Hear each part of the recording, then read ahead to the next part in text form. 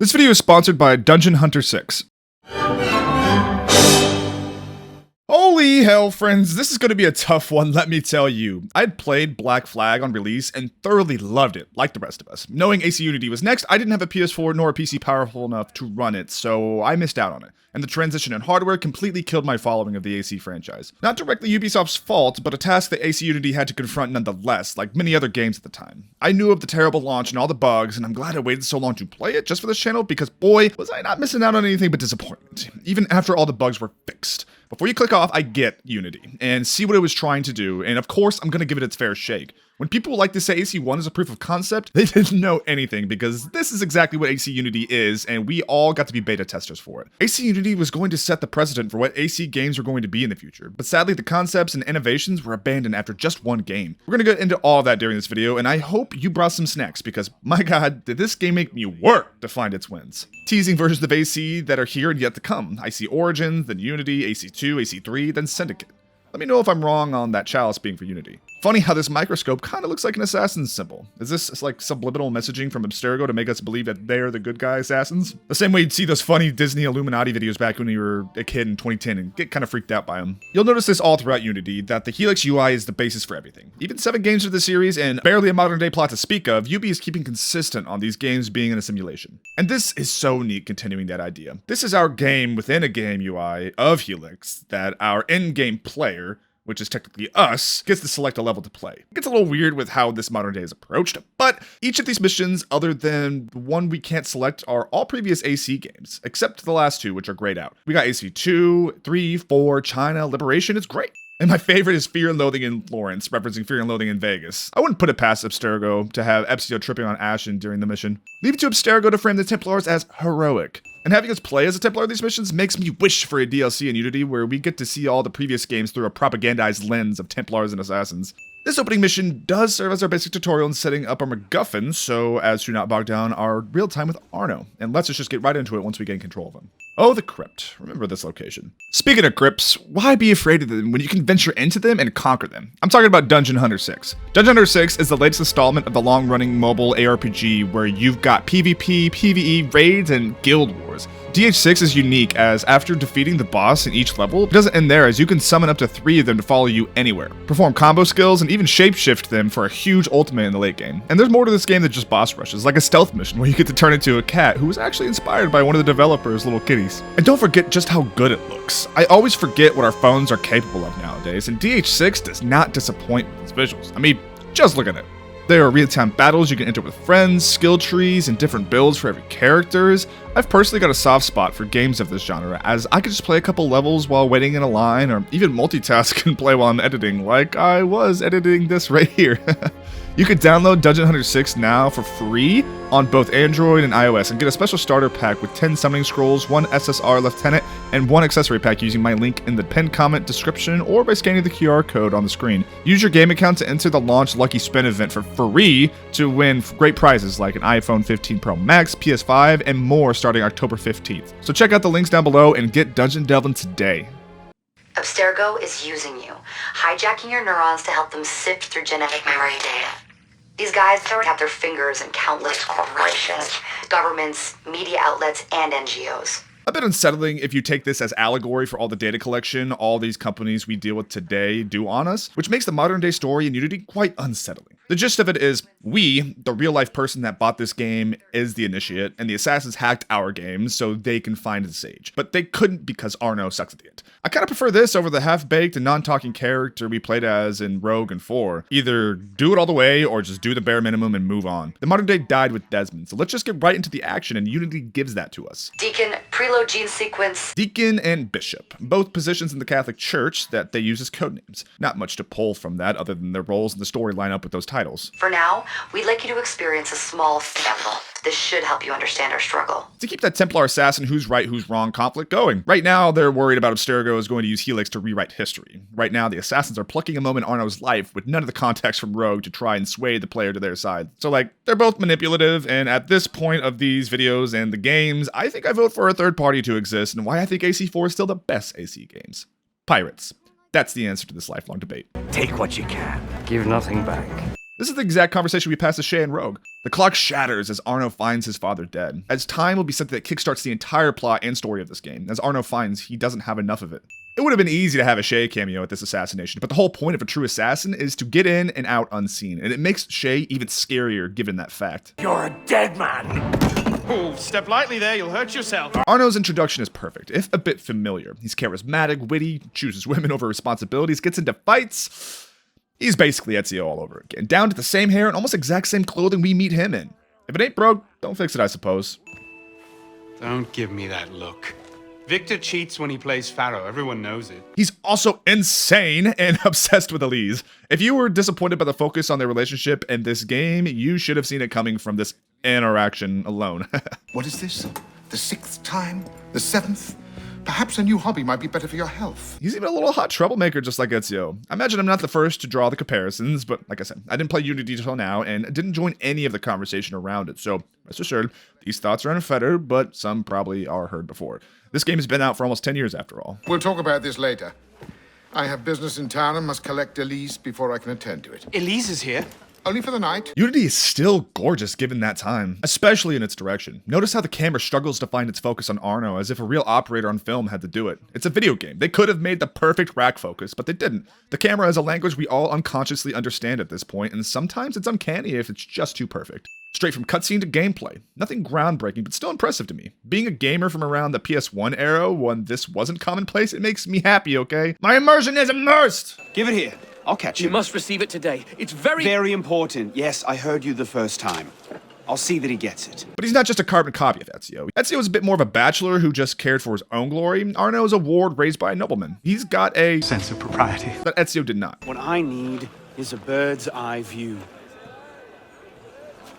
I can't get over how Yubi always feels the need to have a diegetic reason for our characters in these games to climb these towers. We'll talk more about scale at Notre Dame along with parkour, but I've got to mention even the buildings that weren't created one-to-one still tower larger than many of the regular structures found in previous games. The increase in climbing speed, options, and hardware all played a part in this change, and it's so very welcomed. Arno's such a simp he can spy his piece of ass from miles away, because I know you were thinking he was talking about De La Serre. I hate this. They should have forced us to do a free rundown to make the Bastille Leap more impactful, but whatever. I thought I was blown away by the amount of NPCs in the AC3 intro, but damn, that does not hold a candle to what Unity was able to accomplish. The amount of bodies it can cram in here without my system exploding is a miracle. And this came out of the PS4 originally. I wasn't invited. Neither were the horses. I'm sure she just misplaced my invitation. Ooh, look at that facial capture performance and animation. It takes all that to create this one little nuanced moment of frustration, anger, confusion. It's seriously impressive how much work goes into just the smallest things for a video game compared to most any other medium. In classic AC fashion, our real tutorial of all of our mechanics are done in a non-lethal manner. We're stealing apples, running from a robbery, sneaking into a palace to see a girl we've been waiting 13 years for. Yeah, no, the usual things. I think this prologue is perfect. Everything we need for the story is set up and teased. We got all of our major players, hints towards the bigger narrative, beautiful characterization between our two leads, and it all happens at a ball. Is this Bridgerton? She always did love the chase. Aw, it's kind of like their last moment of innocence of doing the things they've done since they were kids. That Peyton looking real jealous that he's not getting in on the action. And like Ezio, he's even got a cool scar to start his story. Concentrate.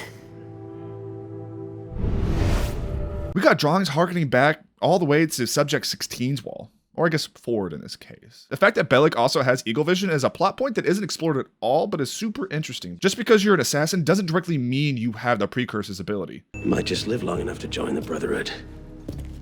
Honor your father's memory.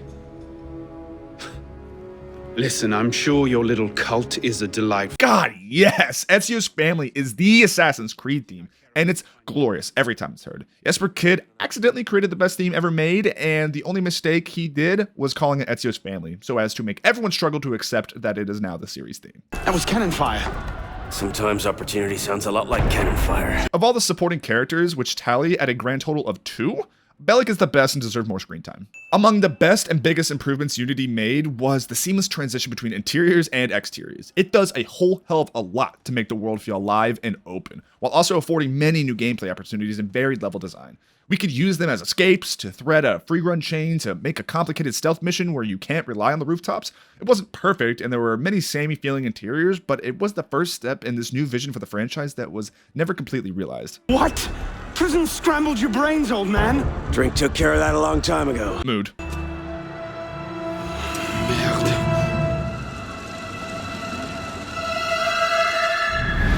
Technically, this is the first canon leap of faith Arno has ever done, and was perfect way to end off this prologue. He learns of the Brotherhood and where his place in the world might be, but the only way to find that is to take a leap of faith.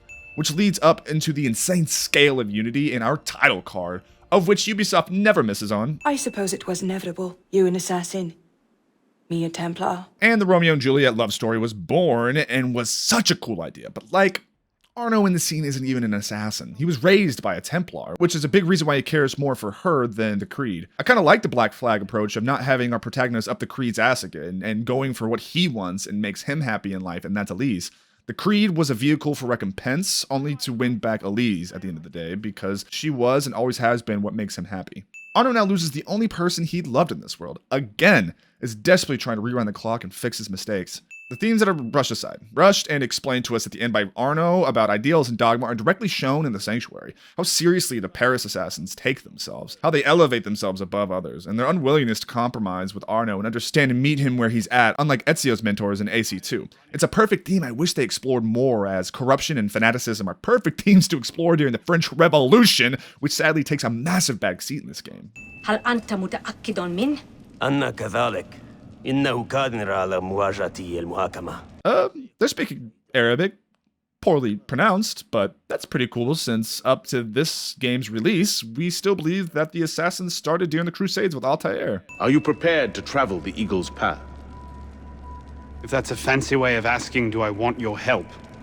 Yes. Even during his indoctrination, Arno resists the Creed. Sure, he has no way of understanding it now, but even later, he never becomes around to being an assassin the same way as Altair, Ezio, or Connor. It's not a Ubisoft game without a little acid trip, right? The assassins need Arno to directly face everything that he fears in order to come into the Creed as a new man. They pretty much gave him psychedelics, and I'll say that, yeah, going through these kind of experiences, you can feel reborn or even cleansed and be able to see clearly exactly what you want to do with your life. Arno in his mind has to kill the idea that he was the one that killed De La Serre, which is visually shown to us beautifully. Our goal is to unravel the triple helix, sequence the precursor genome, and change the world for the better. Now this is a really cool plot hook for the modern day plot. We just needed, I don't know, some characters to follow to actually care. And you won't be alone. Other initiates, assassins just like you, are doing their part to end this fight. So co-op for the first time was introduced in AC, and for all of its bugs and hiccups, it's to my understanding that it was fun as hell. It was super basic and pretty much in its infancy, but it was the basis that could have been built upon with future games, like many other things Unity was promising. So here's where I really started to struggle with the game. Arno's character takes a nosedive in personality, becomes a very one-note character with moments of his prologue self screaming to get through. You could chalk this up to his training with the Brotherhood tempering him, but Bellic is still super fun and full of life. This combined with most of the rest of the game being find target, kill target, repeat, brings us back to AC1 in terms of how engaging the story is, which is to say, not very. The only thing staving off my boredom playing the rest of the game was some Elise intrigue and Bellic. I know this is harsh criticism, but it needed to be said why we're going to be flying through the rest of the game. There's just isn't much to talk about, so let's carry on. Don't ask questions, Piss Pop. I live to serve. Little did we know he was talking about Elise. Stop him. Avoid him. Doesn't matter. There's always more fanatics. Can't save everyone, Piss Pop. Hence why the Assassin Templar conflict will never end! And that line is directly attacking Arno's fatal flaw in this story. He was driven to the Brotherhood because he couldn't cope with the guilt of being unable and was cast out later because he tried and did. And then, in the end, isn't able to. Which is kind of a dark ending, but I enjoy it. It's very true to life that nothing ever works how we'd hoped things would. We take this ledger full of Templar records to Mirabeau. Proceeds to do nothing with it. Ooh, sowing the seeds of doubt that Bellic holds in the Creed. You're not an apprentice anymore, boy. So study your surroundings. Devise your own plan. I'm not here to hold your hand. AC Unity's main assassinations all come in the form of black box missions. Instead of a direct script that the developers have created for us, they've created a playground for us to find our own way to take down our target. This is brilliant in theory, and leans so heavily on the open world design that's become core to the series since the beginning. I love the idea of many options to succeed. It's like a payday mission. AC Unity somewhat delivers on the promise of this theory. Unity was able to draw the metal out, but we needed a second game and proper time to refine it and grind it to a polish. Having our first black box mission take place at Notre Dame was the perfect setting to showcase everything this game had on offer. You can find a slice of everything here: stealth, parkour, combat, the one-to-one scale of Paris, the huge crowds, a crouch button. Unity is firing on all cylinders with this one. And now that we're here, Notre Dame, along with a couple other locations, were built to one-to-one scale of their real-life counterparts. This would not have been possible on the 7th generation hardware, nor would the slower parkour system allow it to be enjoyable. Arno was able to scale Notre Dame in about a minute and looks gorgeous while doing so. Notre Dame itself is the crown jewel of ambition of Unity, with all the perfect detail put into it. Labored over for 2 years by artist Caroline Muse. Though some liberties had to be taken for gameplay reasons to recreate it, it's as perfect a replica in a digital form as we've ever seen. So much to the point that Ubisoft gave the designs over in the effort to restore Notre Dame after its fire in 2019. And the one-to-one scale applies to all of Paris when it comes to the map size and layout. Just look at these two maps side by side. Unity was a game of insane ambition. You could say the same for the RPG era, sure, with how big those maps are, but they do not share the same density when it comes to the detail made of all of Paris. Unity in theory is peak AC, a game that recreates historical time periods and lets you kill your way through them with a fun story and some weird technology humans. Now we can finally talk about free running. When I mentioned this game being a proof of concept, this is the main thing I'm talking about. AC has always been more remembered for its movement more than its stealth, and AC Unity takes it to the next level with big asterisks. It looks amazing, and when everything is working, this is the best free running in any game ever made to this day, and there is no arguing that point. It's fluid, it's sexy, it's fast, but it doesn't feel good. Mastering movement doesn't feel the same as it does in the game like Mirror's Edge or even previous Assassin's Creed games. You aren't learning how to use the moves in the best way possible. You're constantly fighting against the controls and the stick points and whatever system is in place that is trying to understand what you want, and that's what you're trying to learn. More often than not, I'm left frustrated by myself trying to do something and the game does something completely different, whereas in previous games I felt like I had a good control of my character.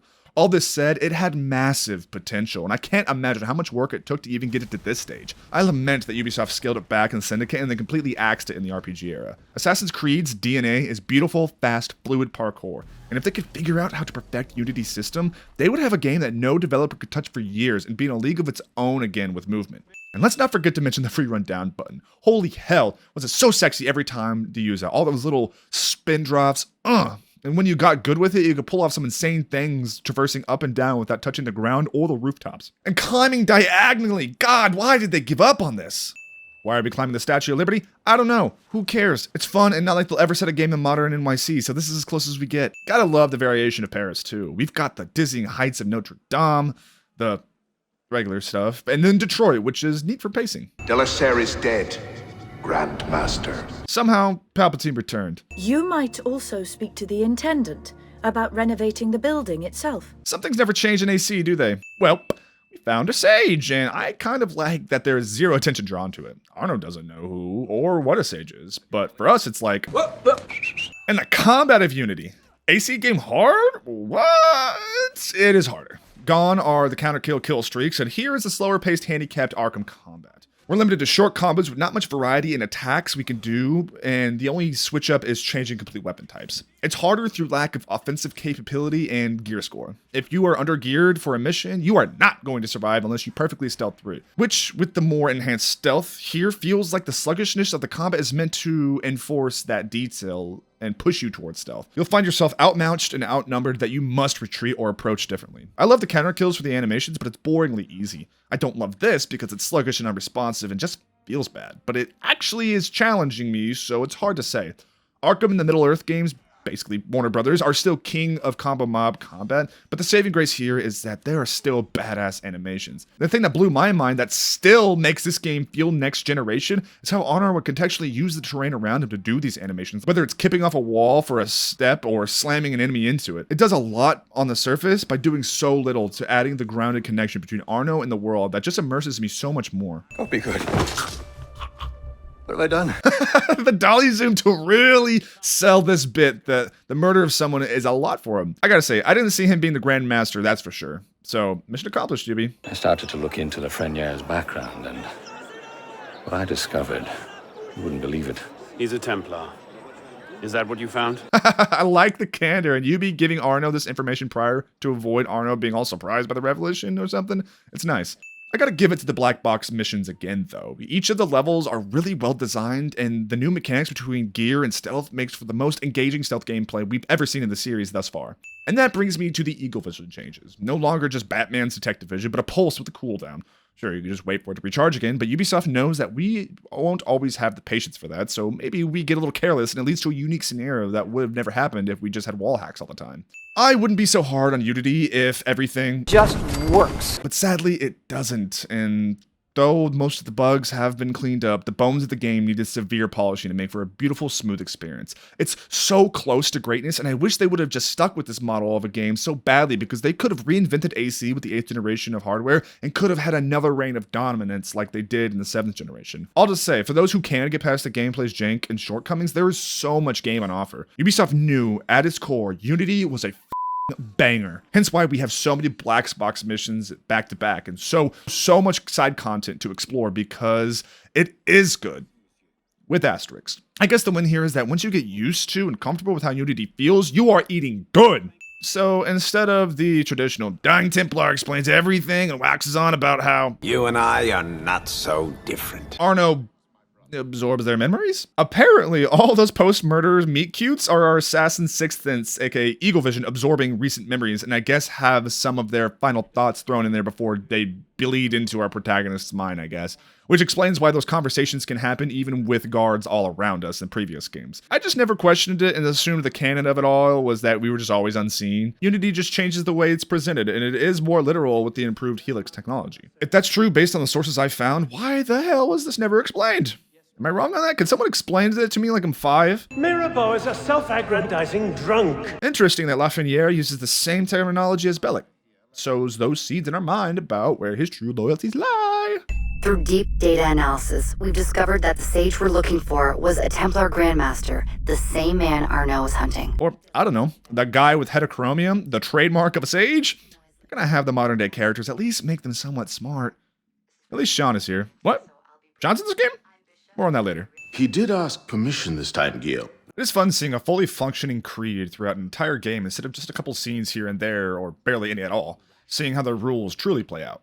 Something rarely used in AC that Unity capitalize on is unclimbable surfaces. This garden, for example, and later on with the fort that has spikes, it forces us to think and search for a route. This game came out in 2014, yet almost a decade later, it still feels like it belongs in this current generation. I remember when I first saw the gameplay trailer, it looked photorealistic. I couldn't believe what I was looking at. A huge reason for these visuals is the baked lighting. Instead of having the world's visuals and shadows react to a day-night cycle, there are preset times that Ubisoft created very specific lighting for. This allows for more precise control of things like light shafts, reflections, etc. This is why Unreal 5's nanite technology is so impressive, as it has the world automatically do the work that the artists would spend years doing in the past. It's what gives this scene so much depth. Just compare this lighting to AC3, on how flat many of the shots are because of the world needing to respond to a revolving day and night cycle.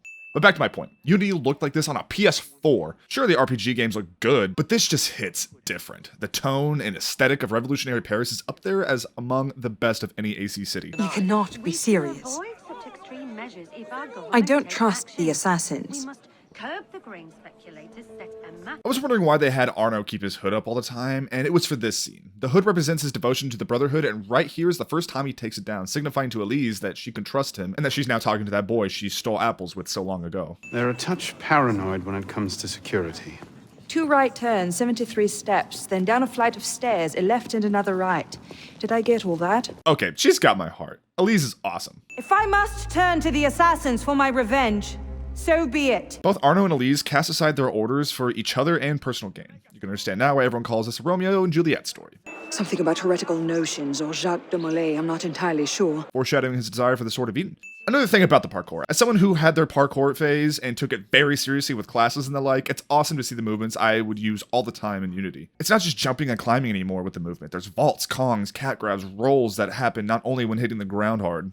We take a break from my climbing and killing for a little game of Clue. It was fun running around trying to put the pieces together on whodunit. Sad part is, there is no actual way of accusing the right person and getting that satisfaction as a player because it was sneaky Bellic all along. Hey, using Eagle Vision like Batman did in 09's Arkham. I'm coming for you, Quincy Sharp, who also betrayed those who trusted him. That's cute, isn't it? Only question is, what happens now? Damn, having our best friend be the one to betray is classic. And this finally woke me up from my slumber on the last couple hours of the game. Finally, we're getting those shades of gray at least mentioned in any good story. Masyaf, Monteregione, the American colonies. That's pretty neat hearing Bellic directly call out the previous games. I'm not the only one that can save the Brotherhood. We can. Together. This is basically Darth Vader to Luke. Ooh, a neat camera angle for our only boss fight. That's fun. Now we've got to fight an assassin on their terms. This is what made Rogue so much fun, the same as here. Plus we fight Bellic in the first entrance we used to the Brotherhood. Gotta get you back to that boy of yours in one piece. Don't we, pisspot?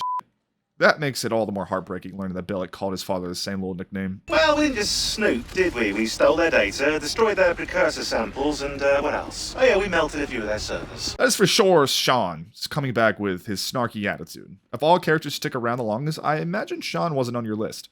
The only real point of these server bridges is so we could climb the Eiffel Tower. I couldn't find a source to confirm if this is also one-to-one skill, but it feels like it. Never before in an AC game have I felt so small climbing something. It's a blast and for sure a highlight of the game doing this, even if narratively, it's completely pointless. Oh, and we get to use a machine gun.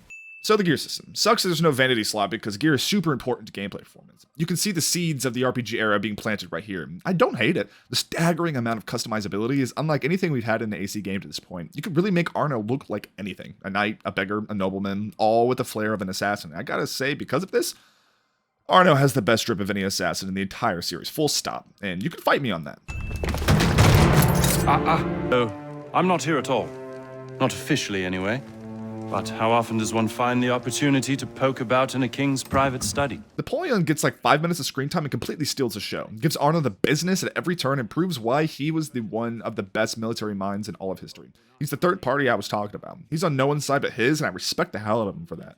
Also, he's average height in this game like he was for the time, so go to Ubisoft for not making him stompable. I do hope we're not eyeing the same prize. Peep Napoleon getting ready to shoot Arno in case they are. It isn't directly stated what Napoleon found, but in AC2 we learned that at one point he did possess an Apple of Eden. This seems to be when he gets it, and Ubisoft's way of giving reasoning to his insane conquest. I don't suppose you've ever considered military service? I'm not much for following orders. Funny, because, like, Templar Order. And, like, he always just does his own thing in this game.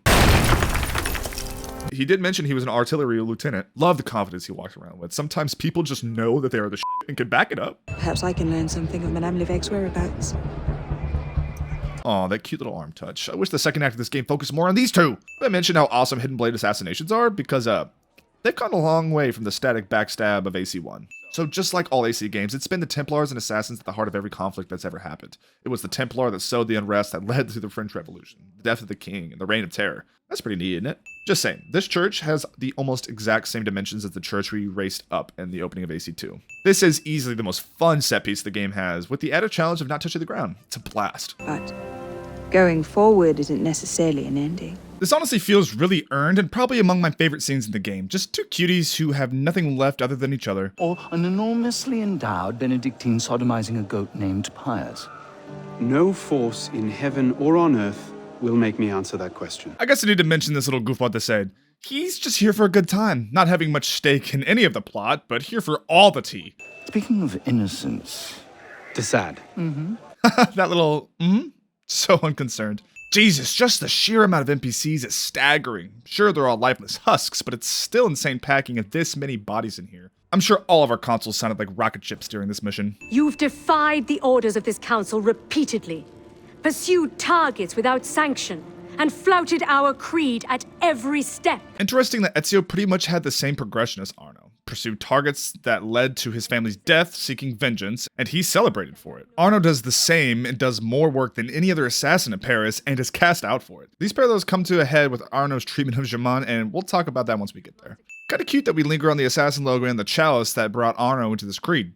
Oh, I was right! The chalice was for Paris! Anybody who commented already? Ha! And because Unity doesn't have an original story beat in its bones, we get our Drunk Edward arc. Or, as is a classic hero's journey, rock bottom. We got about 2 wins in this section though, Versailles being completely transformed for just this 20-minute section, and the fact that Arno murders like 20 dudes just for a keg of wine. Oh, and Eagle Vision hurts Arno's head. That's a neat little detail too. Where is Germain? I will never talk. Then right. Jesus, not giving two f***s. And that's just badass letting Robespierre do what he did best. Remember I told you to remember this crypt?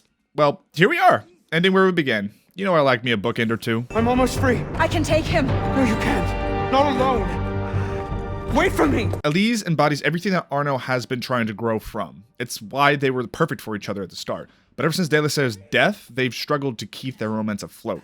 And just like Arno getting Delaser killed through impatience, Elise poetically dies for the same reason. And to turn the Romeo and Juliet story on its head, just a bit, one of them actually survive. No last words, no final speech, no rest in peace. Arno is not an assassin. He is just beyond understanding right now. And unlike Ezio being wise beyond his years in sparing Rodrigo, Arno cannot. He's been after this man for the last 2 years, and Germain just killed the love of his life. I don't think any of us can blame him for doing this. I surely don't. And the slow needle through his throat. He wants every bit of Germain to suffer and know he lost. I understand now. Not a grant of permission. The creed is a warning. No higher power sits in judgment of us.